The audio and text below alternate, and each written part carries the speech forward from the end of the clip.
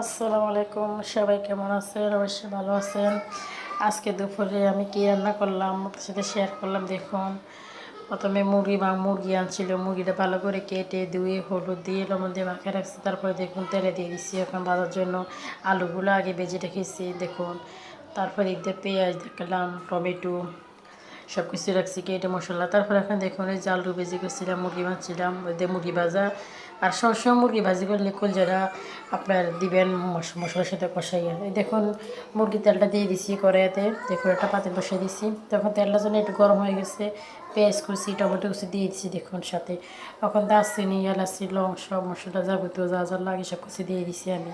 তখন এটা বার করলে দেখুন পেঁয়াজ রসুন আদা বাটা সব কিছু সাথে দিয়ে দিচ্ছি দেখুন, পেঁয়াজ রসুন আদা বাটা।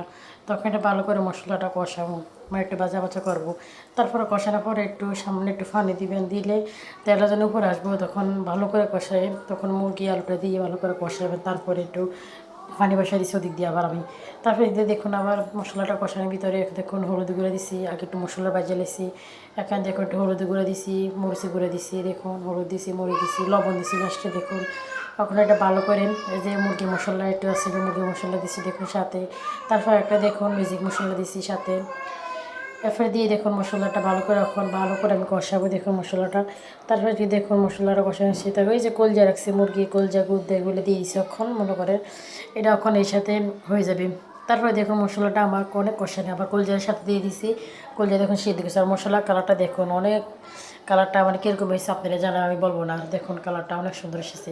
তারপরে দেখুন মুরগি আলু ভেজে রেখে দিছি।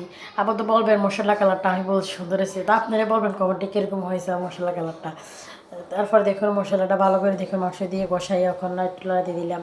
তখন দেখেন একটু পানি দিয়ে দিছি দেখুন। এই যখন ভালো করে এটা হয়ে গেছে দেখুন, দেখুন আমার মুরগি মাংস রান্না শেষ আজকে দুপুরের জন্য। তো আমার রান্নাটা আজকে কেমন হয়েছে, আমরা তো এইভাবে রান্না করি, আপনারা কে কীভাবে রান্না করেন মুরগি।